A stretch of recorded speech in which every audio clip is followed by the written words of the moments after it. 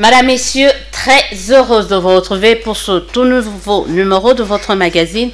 Un homme, un concept, nous analysons calmement, froidement, nous essayons de comprendre sans nous agiter sur les questions majeures de l'heure au cœur de l'actualité dominante ici en République démocratique du Congo, et elle reste dominée, cette actualité, par les 3 propositions de loi Minaku et Sakata sur fond des actes de vandalisme constatés ça et là à travers la République démocratique du Congo en début de cette semaine. Qu'est-ce qu'il en est au juste? Nous en parlons dans cette émission et on abordera un tout petit peu, ça nous permettra d'ailleurs d'aborder la problématique de la justice ici en République démocratique du Congo. Pour ce faire, moi j'ai le plaisir de retrouver pour la première fois dans le cadre de cette émission Maître Robert Kahenga. Bonsoir et bienvenue. Merci beaucoup madame. Porte-parole du parti AVC, Autre Vision du Congo, le parti cher au vice-ministre de l'EPST Didier Boudimbo, allié de l'UDPS, membre du CACH, mais également avocat de profession. Merci. Et vous êtes tout en un au regard de l'actualité, donc j'estime que nous avons là l'invité qu'il faut pour aborder ces différentes questions liées essentiellement à la justice de notre pays. Alors, je l'ai dit tout au début de cette émission, on parle des propositions de loi Minaku et Sakata. Vous, en tant que juriste, en tant qu'avocat, quelle est votre lecture d'abord au sujet de ces 3 propositions de loi que j'espère vous avez eu à lire? Oui, madame, merci beaucoup. Merci pour cette opportunité que vous nous offrez de passer pour la première fois dans votre émission, qui est une des meilleures des émissions de notre pays. Et, madame, ces lois ont un souci très majeur. Et ce sont des lois qui amènent une confusion et des problèmes sérieux au sein de notre justice. Le problème de la justice aujourd'hui, ce n'est pas l'organisation de la tutelle du ministre de la Justice, ainsi que le parquet, mais le problème aujourd'hui, c'est de l'efficacité de notre justice. Qu'est-ce qui peut rendre notre justice plus efficace et plus autonome et plus indépendante? C'est à cela qu'on doit rechercher pour donner de la vigueur, de la force à la justice. Mais le travail, les 3 lois qui ont été proposées sont de nature à retarder l'efficacité de notre justice, à retarder l'indépendance de la justice que tout le monde voudrait pour le salut du pays. Pourquoi, madame, nous le disons? Vous savez, avec tout est parti, parce qu'il y a des faits qui ont concouru à l'élaboration d'une loi. Ce sont, on appelle, les facteurs sociaux. D'autres diront que ce sont des intentions, mais bon, allez-y quand même. Madame, je vais vous démontrer que ces faits sont ceux qui ont concouru à la proposition de cette loi. Lorsque le chef de l'État arrive, il dit que la justice est indépendante. Le magistrat fait votre travail dans le respect de la loi. Parce que lorsque le magistrat ne respecte pas la loi, les procédures sont légales, sont établies aussi, sont prévues. Donc le magistrat ne peut pas violer la loi. Quand il viole la loi, il y a des voies de recours, il y a des autorités hiérarchiques qu'il faut saisir, tout est encadré par la loi. Donc le magistrat n'est pas quelqu'un de libre, d'autonome, qui peut tout faire sans qu'il soit inquiété. Donc il est aussi limité par la loi, il est aussi limité par la discipline de magistrats qui est leur déontologie et leur éthique. Et donc, madame, nous sommes dans le procès de 100 jours. D'abord, les tractations commencent au niveau du Conseil des ministres. Il y a des ministres véreux qui disent, écoutez, on peut accorder des libertés provisoires à certains prévenus qui étaient de leur obédience peut-être politique. L'option est levée, on rejette. La détention est une exception. La liberté est un droit, c'est ça. Exactement. On a tendance maintenant avec cette république, entre guillemets, des juges, que la détention devient en soi quelque chose de fondamental en lieu et place de la liberté. Madame, la la détention n'est pas ipso facto, ne s'opère pas de manière automatique. La détention s'opère par la loi, parce que la loi prévoit les éléments de la détention. La loi vous dit que pour qu'il y ait détention, voilà les éléments. On ne prend pas la personne, la met dans la détention sans lire le code de procédure pénale à son article 29, 30, 31, 32 qui prévoit les conditions de la détention. Donc on n'arrête pas quelqu'un comme ça de le mettre en détention sans que les conditions ne soient pas respectées. Lorsque l'identité de la personne est douteuse, lorsqu'il y a crainte de cette personne-là qu'elle puisse peut-être fuir, comme vous avez vu, Mouyima voulait fuir et tout ça, s'il y a cette crainte de la fuite du prévenu, on peut le mettre sous la détention. Et c'est le magistrat qui apprécie, il estime que ce prévenu peut fuir. Et évidemment, madame, je pourrais venir au débat, et que lorsqu'on devait interpeller le DG de l'OGFREM, vous avez vu les escalades épistolaires entre le ministre de la Justice et les autorités de la justice. Il a demandé qu'on ne puisse pas les poursuivre, il a commencé à demander des explications au magistrat, et le magistrat a été obligé de lui répondre en lui disant, écoutez, c'est pas de cette façon que les choses doivent se faire. Les magistrats dépendent du ministère ou du ministre de la Justice. Ce qui est différent d'être un féodé. Oui, mais cette loi ramène... Demander des explications n'est pas dire interférer. Oui, mais non, vous ne pouvez pas. Vous avez le droit d'injonction, tout simplement. Le droit d'injonction ne vous donne pas le droit d'interférer dans l'instruction. C'est pas ce qui a été fait. C'est ce qui a été fait. Déjà, il demandait les explications sur le dossier. Et ça, ce n'est pas son pouvoir. Lorsque les actions sont déclenchées, et en ce moment-là, le travail du ministre de la Justice s'arrête là. Il laisse le magistrat évoluer avec son dossier, conformément à la loi et conformément aux règles qui prévoient notre justice, mais pas venir interférer, dire au magistrat. Le refus du magistrat à ne pas donner suite aux lettres du vice-premier ministre l'ont poussé à saisir le Conseil d'État. Et quand vous lisez, madame, la décision du Conseil d'État, vous verrez que dans sa requête, le ministre de la Justice demande pratiquement les mêmes problèmes qui sont posés dans cette loi. C'est le même problème. Et le Conseil d'État a répondu, madame. Le Conseil d'État a dit, écoutez, non. Le parquet est un service de l'État qui est au service de la justice. Et la loi parle de l'indépendance judiciaire. Et donc, dans l'indépendance judiciaire, il y a le parquet dedans. Et donc, vous ne pouvez pas nous demander, nous, d'être inféodés à vous. Et que vous pouvez, pendant l'instruction, stopper une instruction. Ça, c'est ce qui est très grave, madame. Stopper une instruction, demander d'arrêter et de sanctionner un magistrat. Cela revient à dire quoi? Lorsque les politiques, qui généralement sont des politiques véreux, ils verront que leurs intérêts sont mis en cause. Et ils verront quoi? Ils vont demander au magistrat de stopper l'instruction. Écoutez, madame, pour chuter une minute. Madame, pour chuter. Madame, pour chuter. Il y a, au regard de notre législation, de notre constitution, il y a des personnes qui ne peuvent être poursuivies que par le parquet. C'est-à-dire que vous ne pouvez pas aller par citation directe, par exemple, contre un député national. Vous ne pouvez pas aller directement contre un DG. Donc, il faut que cela passe par le parquet. Il y a des gens comme ça qu'on ne peut pas, au regard de notre arsenal juridique, comme le chef de l'État. Vous ne pouvez pas directement saisir les tribunaux contre le chef de l'État. Il faut passer par le parquet. Et le parquet a un travail que le tribunal ne peut pas faire. Vous avez dans le procès de 100 jours, le parquet a mené des enquêtes. Et donc, sans le parquet, cette action ne pouvait pas avoir autant de pièces qu'elle a obtenues. Donc, il faut vraiment que ces deux lois sont suicidaires de la justice, sont suicidaires de la démocratie, sont suicidaires de l'indépendance de la justice.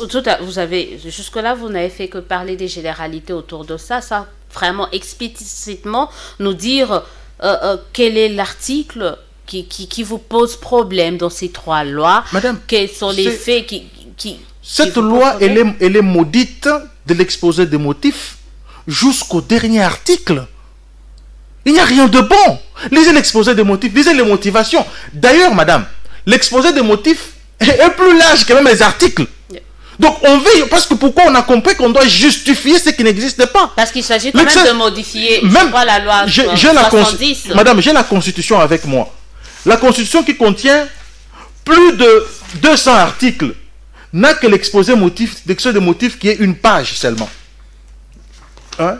Contient 2 ou 3 pages.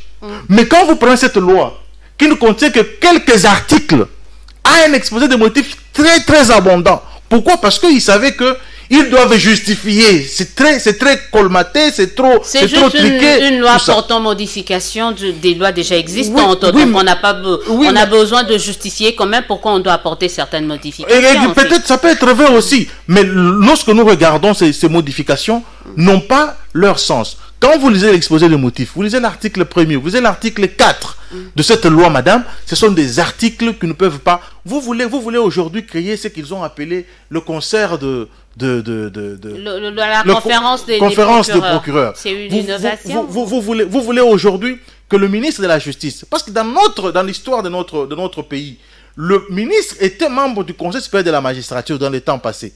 Mais donc, après un certain moment, dans l'évolution de notre droit, on a trouvé que la présence du ministre de la Justice au sein de l'appareil judiciaire, comme membre du Conseil supérieur de la magistrature, influençait négativement. Parce que les politiques, quand il arrive de chercher les magistrats qui sont de leur obédience, quand il faut promouvoir, il peut. Vous savez même que le ministère de la Justice veulent s'arroger le droit de nommer des magistrats à titre provisoire. C'est qu'ils ont appelé la nomination provisoire. Alors, dans ces cas, si on suit votre logique, aujourd'hui, les juges, par exemple, certains magistrats, certains juges, comme de la Cour suprême, de la Cour de cassation, sont nommés par le président de la République. Est-ce pour autant, on doit dire qu'ils sont sous la coupe du président de la République? Tous les magistrats sont nommés par le chef de l'État. Voilà. Au regard de notre constitution. Donc, on peut dire qu'ils sont dépendants du président de la République parce que c'est lui qui le nomme et c'est dans son pouvoir discrétionnaire aussi. Non, lorsque le chef de l'État qui conduit la politique du pays au quotidien,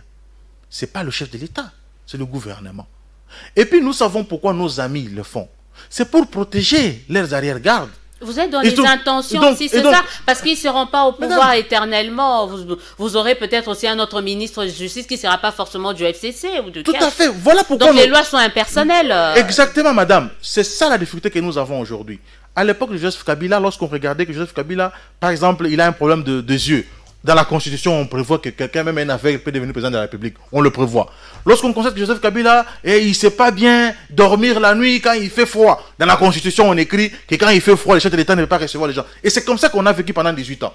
Et maintenant qu'ils savent qu'ils n'ont que le pouvoir, ils n'ont que le ministère de la Justice, ils veulent faire cette loi en tenant compte de leur position actuelle.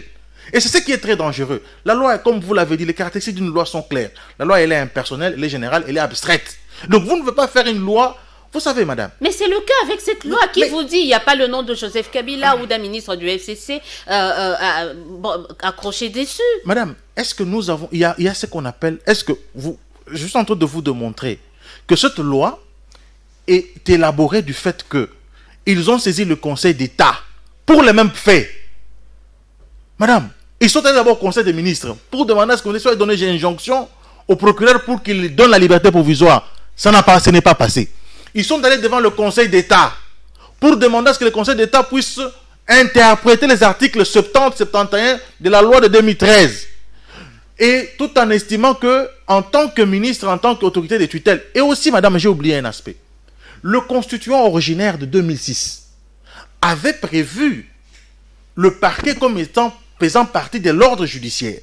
C'est le constituant dérivé de 2011, c'est-à-dire le député, dans leur tripatouillage de la Constitution, parce qu'on devait passer de un tour à 2 tours, ayant peur du feu Étienne Tshisekedi, qui était candidat en 2011, on a modifié la Constitution. Les lois ne sont pas faites pour rester, j'allais dire, inamovibles. Elles sont faites également pour évoluer, pour s'adapter au contexte socio-politico-économique de l'heure. Donc vous ne pouvez pas reprocher à ce constituant, entre guillemets, dérivé. D'ailleurs, ça cadre avec l'exercice de leur pouvoir, d'exercer librement et aisément. Non, mais ça, c'était une fraude à la Constitution. Ils ont fait tout ça. Apparemment, c'est comme ça qu'on ne va plus faire des lois. Parce qu'à chaque fois, il y aura toujours ça. Madame. Donc, on interdit l'initiation des propositions de loi. Et pourtant, c'est le travail de députés. Ils vont faire quoi? Oui, mais en effet. Quand on voit toujours, quand on soupçonne, pourquoi, à quoi servira le député? Lorsqu'on a prévu, par exemple, une élection à 2 tours, c'était pour consolider la légitimité du pouvoir du chef de l'État élu. Sans prendre en compte la capacité de financer le financement. Mais madame, nous avons fait 2 ans ici. Joseph Kabila serait parti en 2016, on nous a vendu comme moyen le financement. Pourquoi on est parti de 1 tour à 2 tours? Pourquoi en 2006 on a fait 1 tour et 2 tours et ici on est arrivé en 2011, on a changé pour une majorité simple, vous êtes élu président de la République. Et pourquoi on a fait 2 ans sans faire les élections parce qu'il n'y avait pas de moyens? Et donc c'était juste des alibis qui n'avaient rien à voir avec la vraie réalité, madame. Donc ici ce que nous disons, c'est que il ne faut pas qu'on touche à la Constitution. Cette loi, parce que vous dites, madame, prenons un exemple simple. La Constitution dit que c'est le chef de l'État qui nomme et révoque le magistrat. Oui. Et donc, dès lors que cette loi prévoit que c'est le ministre de la Justice qui nomme à titre provisoire, et il peut même nommer... Pour 1 année, c'est ça? Oui, je sais pas. D'abord, le fait qu'il nomme, même à titre provisoire ou pas, pourquoi il nomme? D'où est-ce qu'il tire ce pouvoir? Parce que la loi est claire, elle vous dit que le chef de l'État qui nomme et révoque. Donc, déjà, ne serait-ce qu'à ce niveau-là, vous pensez qu'il y a une constitutionnalité? Lui, Minakoula. Je me demande s'il est vraiment juriste. Ça, excusez-moi le terme. Non, je note pas dans les jugements de valeur, s'il vous plaît. Est-ce que quand dans cette loi... On note pas dans les jugements de valeur, on analyse les faits. Oui, mais parce que vous l'avez cité. C'est pourquoi je dis, mais est-ce que s'il est juriste, lorsqu'il dit que le parquet peut prendre des mesures conservatoires, lorsqu'il y a instruction, il entend ça par quoi? Il entend ça par quoi? Ce n'est pas une immixtion. Lorsqu'il peut, le magistrat qui est en train d'instruire un dossier et lui demander de surseoir et de le ramener le dossier et de dire non, arrête, ne poursuis plus. C'est une immixtion. Alors, qu'est-ce qu'il entend par... Vous savez, madame, Aubin Minakou, on me dit qu'il est même député national. Mais il n'a jamais eu compassion de la population. Il n'a jamais été à côté de ses électeurs. Vous vous rappelez en 2015, lorsqu'il y a eu la charnière de Maluku est née du fait du comportement de Aubin Minakou, alors président de l'Assemblée nationale. On voulait inféoder l'identification de la population en créant l'ONIP et à l'enrôlement et aux élections. Et donc, l'opposition à l'époque minoritaire, nous étions dans l'opposition. On a dit à Aubin, cette loi, même si... Apparemment, vous restez dans l'opposition parce que vous vous opposez à tout en étant au pouvoir. Cette loi, je vous rappelle les faits et le comportement de ce monsieur-là. Donc, il n'a jamais été à côté du peuple. Et je me demande qui sont ce peuple... qu'il a été de toutes les législatures et d'ailleurs, donc il a été élu par le peuple. Bon, nous savons peut-être... Ce peuple-là, ce que j'ai dit, ce peuple-là, est-ce qu'il est capable de comprendre qu'il est en train d'élire un monstre qui les détruit? Vous ne sous-estimez pas ce peuple. Non, je le sous-estime. Je me demande s'il a été réellement élu parce que nous savons comment ça s'est passé. Là, c'est un autre débat. Je suis dans le cadre de cette affaire, de cette loi. Vous êtes également avocat. Vous ne pensez pas qu'actuellement, le magistrat ou le parquet peut juger tout le monde, peut s'attaquer à tout le monde et que lui est un tout petit peu protégé? Il bénéficie d'un tel pouvoir qu'il ne peut peut-être pas lui-même être mis en cause. C'est pas créer un autre type une autre république des intouchables. Cette fois-ci, ça ne sera pas des politiques, pas des députés, mais des magistrats. La république des intouchables est du fait que lorsque le député, le sénateur Alexis Ntambo Mwamba veut être poursuivi par la justice et on bloque. Ça, c'est la République des intouchables. Mais qui bloque un magistrat véreux? Qui bloque un magistrat malhonnête? C'est ce que prévoit s'il vous plaît. Les magistrats ne bénéficient d'aucune immunité. Mais les députés ont des immunités. Ils se cachent derrière les immunités pour se protéger, pour protéger leurs bavures. Et ça, ils le font au grand jour et vous applaudissez. Vous les appelez derrière des honorables. Vous les appelez des honorables. Mais des gens qui se cachent derrière leurs bavures, avec les immunités, vous les applaudissez. Mais qu'est-ce qu'un magistrat congolais a déjà fait de plus grave de bavure que vous connaissez? Nous disons que le problème de la magistrature aujourd'hui, c'est lui doter de moyens. C'est la formation des magistrats. C'est restructurer la magistrature en mettant des gens qu'il faut à la place qu'il faut. Le recrutement qui a été fait depuis 2002, 2011 a été un échec. Mais ça se passera par la loi. Madame, ce n'est pas cette loi. Cette loi ne répond pas à ce problème-là. Mais c'est un besoin bien spécifique, c'est-à-dire de ne pas faire une république des juges. Cette loi vient renforcer le pouvoir du ministre de la Justice. Point barre. Mais ça n'a rien à voir avec le juge. Cette loi permet à ce qu'on ne puisse pas devenir une république des juges. Madame, je voudrais savoir, est-ce que le peuple congolais s'est plaint du comportement des juges? Pourquoi eux ont peur? C'est les politiciens qui ont peur de ça. Parce qu'ils savent que le peuple congolais vit avec le magistrat tous les jours. Ce n'est pas le petit peuple qui a peur. Ce sont les politiciens, surtout les politiciens véreux, ceux qui ont pillé ce pays. Ce sont les petits peuples qui font des tours dans des parquets, parce que leurs affaires n'est pas prises en délibéré à temps. On connaît la justice, la célérité de la justice à la tête du client. Effectivement, là c'est, madame, là c'est un problème de moyens de la justice. Et on n'a pas... Quand c'est un gros poisson, on sait qu'on doit la célérité de mise. Quand c'est le petit peuple là, madame, le problème de la justice, c'est que regardez le budget de la justice. Vous avez la loi du budget. Combien on a alloué à la justice? Combien? La justice est un pouvoir comme tous les autres pouvoirs. Regardez ce que gagnent les députés, ce que bénéficient les députés aujourd'hui. C'est que le budget alloué au Parlement. Regardez le budget. Et regardez le budget qu'on a alloué au pouvoir judiciaire. Et vous voulez que les gens travaillent dans quelles conditions? C'est ça le problème. Commencez d'abord par allouer un budget conséquent. Donc ça justifie l'impunité au niveau des magistrats. Donc eux, ils peuvent tout faire et ils ne seront pas atteints. Non, le magistrat... On ne peut pas les contrôler. Ça, il faut dire aux Congolais ceci, que lorsqu'un magistrat commet une infraction, il est poursuivable devant la justice. Et ça, le Congolais doit le savoir. Lorsqu'un magistrat commet une faute disciplinaire, tu peux, toi, madame Élisée Odia, écrire au Conseil supérieur de la magistrature, dénoncer le comportement des magistrats. Il sera sanctionné disciplinairement et condamné. Et donc, je vous le dis en tant que praticien du droit. Les députés se protègent, je ne sais pas pourquoi les magistrats n'en feront pas autant. Il faut aller d'abord constater s'ils vont se protéger ou pas. Mais ici, Madame, est-ce que ces députés, qu'est-ce qu'ils apportent au peuple congolais? Nous voulons, nous, qu'est-ce qu'ils apportent? Ils apportent quoi? Ils apportent quoi? Sinon, Madame, qu'on ferme l'Assemblée nationale et le Parlement. Madame, c'est pas moi qui l'ai dit. Vous avez des députés comme les Molières qui disent que nous ne faisons rien. C'est pas nous qui les disons. Et ce n'est pas nous. Ce sont eux-mêmes députés qui nous disent, voilà, là-bas nous sommes, ils ne font rien. Combien de lois ont été votées depuis que Madame Mabunda est là? Les lois qui ont été déposées, qu'est-ce qu'on en a fait?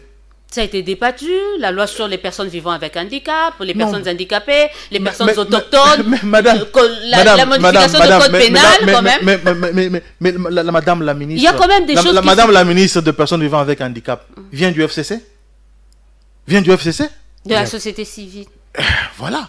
C'était pour dire qu'il y a quand même des députés qui travaillent. Si certains ne travaillent pas, c'est pas, faut pas incriminer tout le monde. Alors, le problème, c'est que c'est posé aussi de la célérité avec laquelle on a fixé cette loi et on est en train de la débattre. C'est là aussi il y a le problème. La politique, madame, c'est aussi voir le comportement de l'autre. Nous connaissons le comportement d'Aubin Minaku. Il a dit lui-même sur Top Congo que cette loi passera parce que nous avons la majorité. Donc, il va faire un passage en force. Et nous lui disons que, rappelle-toi en 2015, tu avais fait ce passage en force. Kengo a dit ceci. Toza Awa, Melibanda, Ezako Beba. Et cette loi a été rejetée. C'est le Sénat qui a sauvé cette république après 3 jours des émeutes et le lendemain, il y a eu la charnière de Maluku. Et c'est ce qu'Aubin Minaku veut encore ramener en ce jour. Et donc, c'est un monsieur qui n'a jamais eu compassion de ses prétendus électeurs et qui n'est pas du côté de la population, qui ne voit que ses intérêts. Et cette loi ne vient que du fait que le Conseil d'État a rejeté les mêmes demandes. Ce sont les mêmes demandes de Mutatis Mutandis. Donc, pour vous, cette loi, c'est pour protéger certains membres du FCC qui se reprocheraient... Non, c'est pour réduire l'indépendance de la justice. C'est pour empêcher que la justice ait ses mains libres pour faire le travail. Revenons. Et puisqu'ils se sentent déjà, ils savent comment ils ont géré le pays, ils ont cafouillé le pays, ils ont détruit ce pays. Ils savent que s'il y a de plaintes contre eux, ils ne peuvent pas... Je vous rappelle que vous pactisez avec ces gens que vous présentez comme des grands pilleurs de pays. Oui, ils l'ont été. Rien ne les a blanchis. Rien du tout. Donc, ce n'est pas la coalition qui les a blanchis. Avec eux, donc vous prenez un peu sur vous certains de leurs péchés. Nous avons témoigné un peu sur vous certains de leurs péchés. Non, chacun garde sa pureté. Chacun garde sa pureté, chacun son impureté. Ils sont impurs, nous le connaissons, mais la loi nous a imposé, nous sommes des démocrates. La Constitution a imposé à ce que celui qui a la majorité parlementaire, et nous sommes allés en coalition. Et donc, ce n'est pas pour dire que nous allons endosser leur passé qui est très sombre. Non, mais sinon, vous refusez d'endosser, vous refusez de fuiner. Ça, on l'avait... C'est la justice. La justice peut fuiner. Le chef d'État dit que lui n'a pas à fuiner. Lui, un individu, n'a pas à fouiner. Mais la justice peut le faire. Vous avez dit que vous êtes des démocrates. Et en tant que démocrate, ce qui s'est passé le 23 et le 24 dans les abords du Palais du Peuple, il y a eu pillage, il y a eu saccage, il y a eu acte de vandalisme. C'est ça l'attitude que devraient avoir des démocrates? Non, madame. C'est là que... D'abord, il faut commencer déjà à dire à Aubin Minaku et ne Sakata. Personnalisez pas le débat. Non, on a parlé... C'est sur ces propositions des lois qui sont... En fait, je voudrais dire à ceux qui veulent, parce qu'il a dit qu'il ne va pas reculer, il va aller, qu'ils se rendent compte de ce que là où il est en train d'amener le pays. Qu'ils se rendent compte. Parce donc que la seule façon raisonnable d'avoir ces genres de débats, c'est de casser, c'est de piller. Non, je n'ai pas fini. Vous ne m'avez pas laissé finir ma pensée. Je vous en prie. Je ne suis pas de ceux... Moi, je ne suis pas de ceux qui encouragent la violence. Je ne suis pas de ceux-là. Je ne suis pas de ceux qui peuvent accepter qu'on porte atteinte aux droits de propriété privée. Ça, je ne les tolère pas. Mais je dis, mais si on doit s'en tenir aux conséquences, sans voir le cause, là, on devait idiot. Donc, il faut quand même commencer à dire, mais pourquoi cela est arrivé? Parce que la masse n'a pas d'âme. La masse n'a pas d'état d'âme, n'a pas. Il faut quand même. Les auteurs intellectuels, eux, ils peuvent répondre devant la justice. Madame, récemment, on a parlé des détournements intellectuels. Madame, je crois que c'est un dérivé des auteurs intellectuels. Donc, voilà, lorsqu'on est dans la participation criminelle et qu'on est auteur intellectuel, c'est qu'on a posé des actes positifs sans lequel l'infraction n'aurait dû pas se commettre. Il appartient à ceux qui ont saisi la justice de démontrer, ce prétendu auteur intellectuel, quels sont les actes positifs et matériels qu'ils ont posés, sans lequel pour lequel le cas ont eu lieu. Donc sans on lequel attend également le magistrat, les juges au tournant par rapport, parce qu'il y a eu quand même des plaintes qui ont été déposées. Au niveau de l'Assemblée nationale, on prévoit des poursuites judiciaires, on dit que ça en a enclenché. Écoutez, c'est ça. Donc l'appareil judiciaire est encore mis à... C'est ça l'état des droits. Lorsque vous vous sentez lésé, lorsque vous sentez que vos droits ont été lésés, nous décourageons des pillages, nous décourageons. Mais là, ce sont les conséquences. Mais il y a aussi la provocation. Vous êtes là, vous provoquez les gens. Vous provoquez les gens. Vous êtes en train de justifier en même temps la violence. Je ne justifie pas la violence. Je dis tout simplement, ça c'est la conséquence d'un comportement qu'il faut d'abord éviter. Parce que si on est responsable, si on se dit qu'on est professeur du tout d'université, parce que ça s'est dit partout, en politique, j'ai des professeurs. Surtout quand on se dit qu'on est professeur d'université, on doit avoir la manie, on doit avoir l'intelligence de comprendre que ce que je fais ici peut me ramener où. Est-ce qu'il n'est pas C'était temps... évitable, tout ce qui s'est passé. Voilà, est-ce qu'il n'est pas temps qu'on puisse résoudre tous nos problèmes en échangeant, comme on est en train de le faire, vous et nous. Voilà, beaucoup. Voilà. Et le palais du peuple, le Parlement, s'avère être le lieu propice pour que des gens qui sont pour ou contre une proposition puissent débattre de cela. Madame, voilà, c'est là vous faites... je suis d'accord avec vous.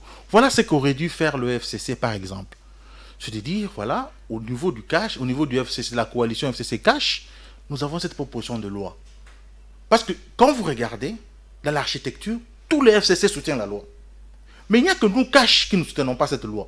Parce que nous n'avons pas... Donc c'est une guerre au sein de la coalition. Nous n'avons pas... S'il vous plaît, madame, vous avez posé un problème très important, je voudrais répondre, si les téléspectateurs peuvent suivre. Et donc, s'il y avait eu un consensus, s'il y avait eu un débat autour de cette table, comme vous le dites là, le FCC apporte, Aubin Minac apporte sa loi, il y a Néhémie Mouilagna qui est le délégué, le coordonnateur, et nous avons notre coordonnateur aussi, et tous les autres, on se met tous, voilà cette loi, qu'est-ce qui peut être fait comme toilettage, qu'est-ce qui peut...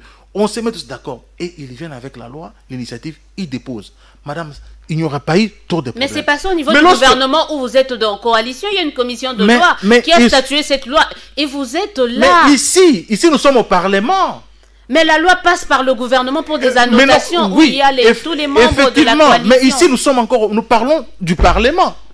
Nous parlons du Parlement. Quand c'est le gouvernement, nous parlerons du gouvernement, de ce qui se passe au gouvernement. Nous parlons ici du Parlement. Au niveau du Parlement, au niveau de la plateforme, parce que vous avez dit qu'on peut rester et échanger. S'il y avait eu ces dialogues et ces débats un peu plus avant que ça, on n'en pouvait pas arriver à ce spectacle. Donc, mais parce qu'ils savent qu'en ramenant cette loi auprès du cash, nous n'accepterons pas que l'indépendance de la justice soit violée parce que c'est parmi les matières intangibles verrouillées par l'article 220 de la Constitution. Voilà. Donc, dans l'entretemps, certains députés de Cash ont décidé le vendredi passé de claquer la porte de la commission PAJ qui est en train de débattre, d'examiner et d'adopter ces trois propositions de loi. C'était une attitude responsable? Ça me rappelle encore l'attitude de l'opposition en 2015. Ils avaient claqué la porte pour leur dire écoutez, arrêtez, ils ne sont pas arrêtés. Ils ont claqué la porte, c'est-à-dire pour dire aux autres arrêtez, mais ils veulent faire un passage en force. C'est encore le malheur qui va encore s'abattre. Et demain, quand il y aura des... On va dire non, les gens ont cassé, les gens ont fait ceci. Parce que l'expression que nos amis là écoutent, ce n'est pas l'expression de la population. Quand même un peuple, quand même un seul Congolais dit non, on doit l'écouter dire pourquoi il dit non. Quand un Congolais... C'est à se demander pourquoi on organise les élections pour déterminer la majorité. Hein? Quand vous donnez cet exemple, quand un seul Congolais dit non alors qu'il y a 100 qui disent oui, quand au niveau de l'Assemblée nationale, il y a 2 députés qui disent non alors que 108 disent madame, oui. Aujourd'hui, la démocratie ne veut pas dire écraser la minorité. Ça, il faut... La notion de la démocratie évolue. Ne doit pas rester dans cette définition rigide, la majorité et puis la minorité, dès que la majorité a voté et puis c'est fini. Non, il faut savoir qu'on peut tenir compte aussi de la proposition de la minorité pour sauver le pays. Donc, il n'est pas dit que la majorité peut toujours avoir raison. Non, pas du tout. Mais c'est que nous leur demandons. Pour moi, je pouvais encourager les députés à continuer à siéger jusqu'à la fin. Il faut qu'on arrive jusqu'à la fin avec eux au niveau de la PAJ et qu'ils se rendent compte que ils ne veulent pas écouter ce qu'il dit et puis en ce moment-là, ils devaient sortir, faire la déclaration, dire à la population, et bien voilà, nous avons discuté avec eux jusqu'à la fin et nous leur avons dit que cette loi ne pouvait pas passer, ils n'ont pas voulu, nous sommes arrivés jusqu'à la fin et bien voilà. Donc, mais arrêter les discussions en cours, moi, je trouve que ça n'a pas été prudent. Voilà, je vois la discussion est tellement passionnante, mais on me fait signe que nous devons arrêter. Une toute dernière question, ou deux d'ailleurs. Je crois que la régie va être indulgente avec moi. Vous avez été le conseil, d'ailleurs, vous êtes le conseil de Jean-Marc Abound. Comment il va? Non, je voudrais quand même dire aux Congolais qu'il va très bien. Lorsque nous avons initié la requête au niveau du Conseil d'État, nous sommes allés en référé liberté. Le juge de référé liberté nous a donné raison. Il a demandé qu'il soit suspendu le calendrier. Et l'exécution de cette décision vous avez suivi le rapporteur adjoint de l'Assemblée nationale, dire que nous on va passer en force, les décisions de justice, il faut les jeter aux poubelles, nous allons passer. On a vu le procureur après la Cour de cassation a envoyé les policiers. Parce que dans la Constitution, il lui aurait reconnu cette possibilité-là. L'inviolabilité de l'Assemblée nationale était passée. Non, quand la justice vient vous arrêter, il n'a pas violé votre domicile. Ça, ce sont des choses, des gens qui ne connaissent pas la loi qui les disent. Madame, tel que vous êtes chez vous là, quelqu'un ne peut pas entrer chez vous sans votre autorisation. Quand la personne entre chez vous sans votre autorisation, il a violé votre domicile. Mais lorsque la justice vient, la police entre, on ne viole pas ton domicile. On est venu parce qu'on est mandaté, on a cette compétence-là d'entrer chez vous et tout ça. Et donc, la justice n'a pas, lorsque la justice vient vous arrêter, on ne viole pas. La justice vient entrer pour vous dire, madame, qui que vous soyez, vous ne pouvez pas. Il va très bien. Il a accepté le verdict de la Cour constitutionnelle. Il ne va plus exercer d'autres voies de recours. Il a dit, maître, vous êtes tombé au front, arme à la main, vous avez été vaillant, vous avez battu le bon combat. Je sais là où ça n'a pas marché, mais ce n'était pas un problème d'argument, ce n'était pas un problème de moyens de droit, parce que pour les mêmes faits, la Cour avait déjà rendu d'autres décisions de la même manière, mais on était quand même surpris que pour Jama Kaboun, que la Cour rende une décision qui est contraire. C'est ça, l'état de droit. C'est ça l'état de droit. C'est ce que nous demandons aux autres de suivre. Nous les avons prêchés, Jama Kaboun les a prêchés. Par un esprit républicain démocrate. Peut-être qu'il va revenir à la prochaine session avec une proposition de loi. Mais madame, notre pays ne souffre pas de loi. Apparemment, vous avez un problème de loi. Notre pays ne souffre pas de loi. Le problème souffre de l'application de loi, madame. Les lois, il y en a. Le monde change, le monde bouge. Il n'y a pas une loi sur les médias en ligne. Mais commençons d'abord par appliquer les lois que nous avons. Le prof Tony Mwaba a proposé la loi sur la criminalité, la cybercriminalité. Et qu'est-ce qu'on en parle? Est-ce que ça intéresse nos députés? Ils ne sont pas intéressés à ça. Ils sont intéressés dans les tripatouillages de la Constitution, dans la protection des criminels et tout ça. Ils ne sont pas intéressés par des choses comme ça aussi importantes. Mais peut-être que le gouvernement aussi devait envoyer des différents projets de loi pour que les uns et les autres puissent connaître quelle est la vision. Et puis n'oubliez pas, on est dans l'état d'urgence aussi. Nous sommes dans l'état d'urgence. Nous ne sommes pas dans une situation normale. Nous sommes dans une situation anormale. Et donc, d'ailleurs, ce genre de débat ne pouvait pas s'y prêter.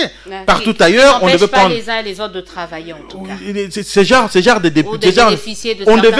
Les députés devaient réfléchir comment relancer l'économie après le Covid. Est-ce qu'il y a lieu de donner des subventions à certaines sociétés qui sont en train de tomber en faillite aujourd'hui? Comment relever ces sociétés? Est-ce qu'il n'y a pas moyen de voir certaines taxes qui doivent continuer à payer ou pas pour remettre des gens dans ce secteur privé? Comment relever l'économie congolaise, qui est d'abord une économie par essence extravertie, qui est une économie extravertie, et que dont nous vivons tout ce que nous vivons au Congo, nous mangeons ce qu'on ne produit pas. Et donc déjà il y a un problème, il faut qu'on soutienne la production locale et les approvisionnements pour permettre à ce que le peuple congolais, après le Covid, que l'économie ne puisse pas tomber en faillite. La ministre, en tout cas de l'économie, a de la matière aussi, elle doit faire des propositions quand même. Madame la ministre, elle travaille sur son conseil juridique, je suis mieux placé pour vous dire ce qu'elle fait, et elle fait un grand travail. Réceptionner ou remettre les chaises. Non, ce sont des mobiliers de bureau. Il ne s'agit pas de chaises. Les gens ont voulu changer ça, mais ce sont des mobiliers de bureau qui ont été donnés. Lorsque madame a pris le pouvoir, quand elle est venue, elle a constaté que depuis 1952, ils n'avaient pas de chaises. Voilà. Ils n'avaient pas de chaises. Depuis 1952 jusqu'à aujourd'hui. Je dis que c'est une très bonne chose que de doter son administration des mobiliers de bureau, mais qu'elle peut mieux faire que ça. Ils ont la prime depuis le mois d'avril. Ils n'avaient pas la prime depuis tout ce temps. Le dollar est à 200. Ça, c'est le ministère des Finances, madame. Voilà. Donc, les prix au niveau de trucs, des marchés grimpent aussi. Le taux de dollar, c'est le ministère des Finances. On l'encourage à mieux faire également. Merci beaucoup. Je vais la transmettre vos encouragements. Merci beaucoup, maître Robert Kainga. Vous avez vu, il y a eu tellement de choses sur lesquelles on devait parler. On n'est pas arrivé à la fin. On est limité par le temps, mais je vous promets qu'on va revenir sur ce plateau. Cette fois-ci, on parlera avec maître Robert Kainga de la situation économique, l'après-Covid, que nous réserve l'économie de la RDC après le prix du carburant à la pompe a été baissé par l'initiative de madame. On va parler de la politique économique du gouvernement. Ça sera pour une prochaine fois. En attendant, nous vous souhaitons de passer une excellente suite de programmes. Je remercie mon invité. Je vous remercie. Suivez-nous sur nos différentes plateformes. Passez une excellente suite de programmes. On se dit au revoir et à très bientôt.